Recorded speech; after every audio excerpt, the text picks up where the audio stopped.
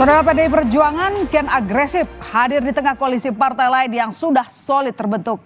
Strategi safari politik hingga penggodokan nama-nama bakal cawapres disusun untuk merapatkan barisan dan memenangkan pemilu. Partai Banteng Moncong Putih tersebut mengutus Putri Megawati Soekarno Putri sekaligus Ketua DPP PDIP Puan Maharani untuk bergerilya ke petinggi partai-partai lain. Selaku Panglima Perang PDIP, Puan bertemu dengan Ketua Umum Partai Kebangkitan Bangsa Muhaimin Iskandar serta Ketum Golkar Erlangga Hartarto sekaligus dalam satu hari. Nah, penjajakan koalisi berbalut silaturahmi pun tercium tajam dalam pertemuan tersebut.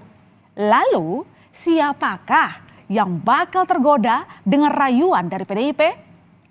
Kamis siang, saudara, Puan menemui Ketua Umum PKB Muhaimin Iskandar di rumah dinasnya Kompleks Widya Chandra, Jakarta. Puan melayangkan sanjungan kepada Cak Imin yang sudah dianggapnya sebagai kakak. Telah lama mengenal Cak Imin, Puan sudah membaca kemampuan politisi Cak Imin sejak muda. Puan pun menegaskan partainya serius menempatkan Muhaimin sebagai salah satu kandidat bakal cawapres bagi Ganjar Pranowo. Puan berharap agar PKB dapat bergabung dengan koalisi PDIP Perjuangan. Gayung bersambut, Muhaimin pun membuka pintu selebar-lebarnya untuk menjalin komunikasi. Baik PKB maupun PDI Perjuangan masih terus berdialektika. Namun, Caimin menegaskan apapun sikap PKB tetap akan didiskusikan dengan Ketua Partai Gerindra Prabowo Subianto selaku rekan koalisi.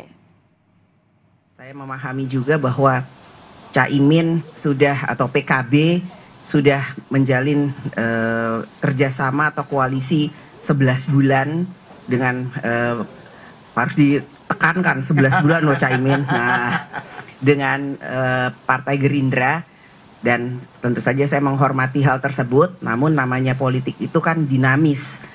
Tentu saja masih ada kemungkinan untuk bisa kemudian menjalin komunikasi yang lebih intensif. Untuk nantinya siapa tahu masih bisa PKB itu bersama dengan PDI Perjuangan.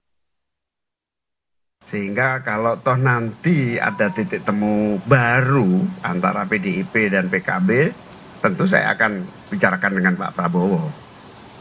Kapan dan bagaimana misalnya. Tapi sampai hari ini kita terus berproses, berdinamika, berdialektika. Sampai pada nanti kalau ada kesimpulan yang serius gitu, baru saya ajak bicara Pak Prabowo. Tapi sejauh ini Pak Prabowo pasti akan menjadi tempat kita berkonsultasi lah dalam PKB mengambil sikap. Di berbagai kesempatan, Caimin meyakinkan bahwa koalisi PKB dengan Gerindra masih solid.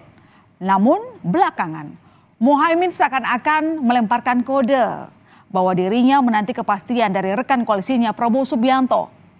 Di Harlah ke-25 PKB pada 23 Juli kemarin, Muhaimin mengingatkan kembali bahwa koalisi kedua partai sudah terjalin 11 bulan. Tetapi Caimin menambahkan, hanya takdirlah yang menentukan nasib kita. Begitu kata Caimin. Hal ini dilontarkan Caimin saat Prabowo tak kunjung mengumumkan siapa bakal cawapres yang akan mendampinginya. Gerindra pun kini harus beradu rayu dengan PDI Perjuangan. Pasalnya, PDI Perjuangan sudah memasukkan nama Muhaimin ke dalam daftar kandidat bakal cawapres bagi Ganjar.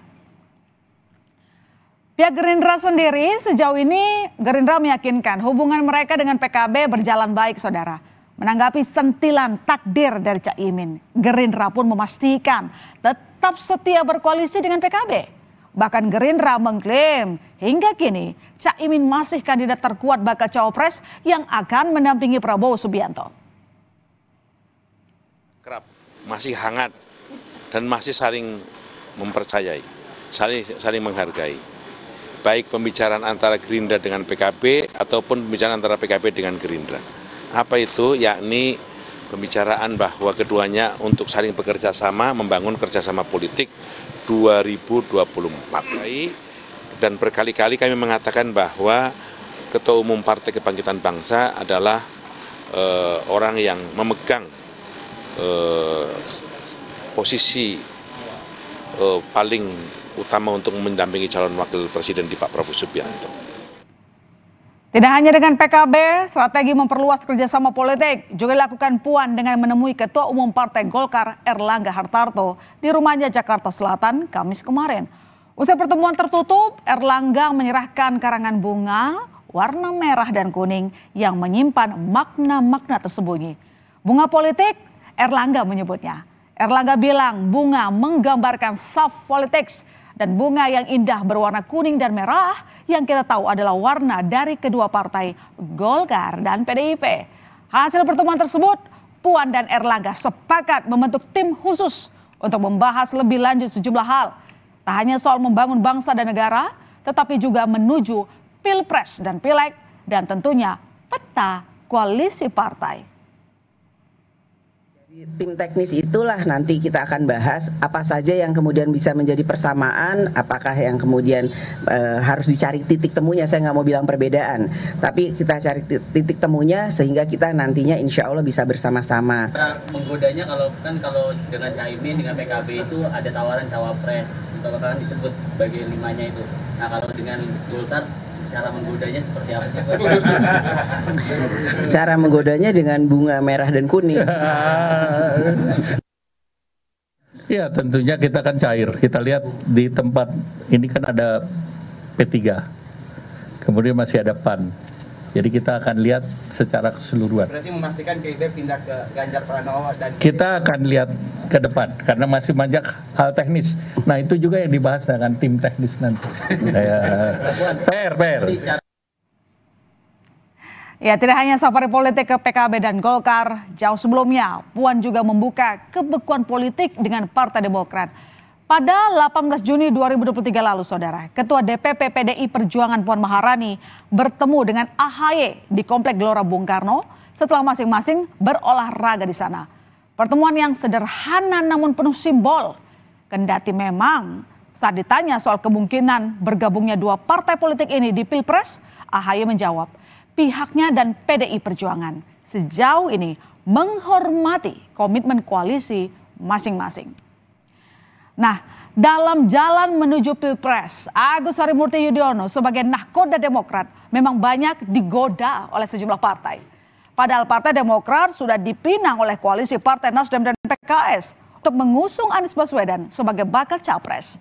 Namun, posisi koalisi Demokrat tak menyurutkan partai lain untuk merebut hati AHY. PD Perjuangan bahkan memastikan nama AHY sebagai salah satu kandidat bakal cawapres Ganjar Pranowo. Sementara Ketum PKB, Muhaimin Iskandar bahkan terang-terangan merayu Demokrat untuk bergabung dengan koalisinya saat bertemu AHY 3 Mei 2023. Nah, sedangkan saudara, Golkar melalui Erlangga Hartarto membuka komunikasi politik dengan Demokrat dengan bertandang ke kediaman SBY akhir April lalu. Nah, AHY pun memandang baik komunikasi yang terjalin antar partai. Meski demikian, AHY menghargai peta koalisi yang ada dan menegaskan sikapnya untuk tetap bersama koalisi perubahan untuk persatuan. Mengaku koalisi tetap solid, AHY tetap ingin Anies Baswedan segera mengumumkan nama bakal cawapres yang akan mendampinginya untuk memperkuat strategi pemenangnya. Namun, AHY juga tak ingin keputusan tersebut kerasa gerusu. Di antaranya yang paling utama adalah menyerahkan itu kepada bakal capres kita, Mas Anies Baswedan, untuk menentukan bakal cawapresnya. Kita ingin begitu sudah dideklarasikan, begitu sudah diumumkan, maka tidak ada lagi pertanyaan-pertanyaan atau diskusi yang lain selain strategi pemenangan Pilpres maupun pemilihan anggota legislatif. Disinilah kami ingin segera, tapi juga tidak ingin terburu-buru dalam arti gerasa-gerusu dan tidak matang. Sejauh ini nama-nama bakal cawapres dari Ganjar Pranowo lah yang lebih kian terang dibandingkan dengan baca pres lainnya. Meski belum terjawab, PD Perjuangan sudah memberikan kisi-kisi untuk mengisi teka-teki baca pres bagi Ganjar. Ada 5 nama yang sudah disebut, yakni Agus Harimurti Yudhoyono, Sandiaga Uno, Muhaimin Iskandar, Erick Thohir, dan Andika Perkasa. Nama-nama ini saudara bisa semakin mengerucut atau bahkan bisa bertambah. Kedekatan visi misi partai dan baca pres pun terus dijajaki. Nampaknya kursi bakal calon wakil presiden bisa menjadi godaan manis dari PDI Perjuangan untuk menarik partai lain ke partai banteng moncong putih. Komunikasi politik masih dinamis dan bisa jadi makin intensif karena para partai politik hanya memiliki waktu sekitar 3 hingga 4 bulan. Hingga pendaftaran bakal capres dan cawapres dibuka pada pertengahan Oktober mendatang. Segala sesuatu masih dapat terjadi di tengah adu rayu koalisi. Kita akan lihat saudara, siapa yang akan bersama-sama memasang janur kuning dalam Pilpres nanti. Atau justru siapa yang akan berpaling ke lain hati. Saudara, sorotan lainnya buntut ricuh konser di Karanganyar. Pihak event organizer konser musik di Colomadu meminta maaf dan akan mengganti kerugian. Selengkapnya, berita utama akan segera kembali.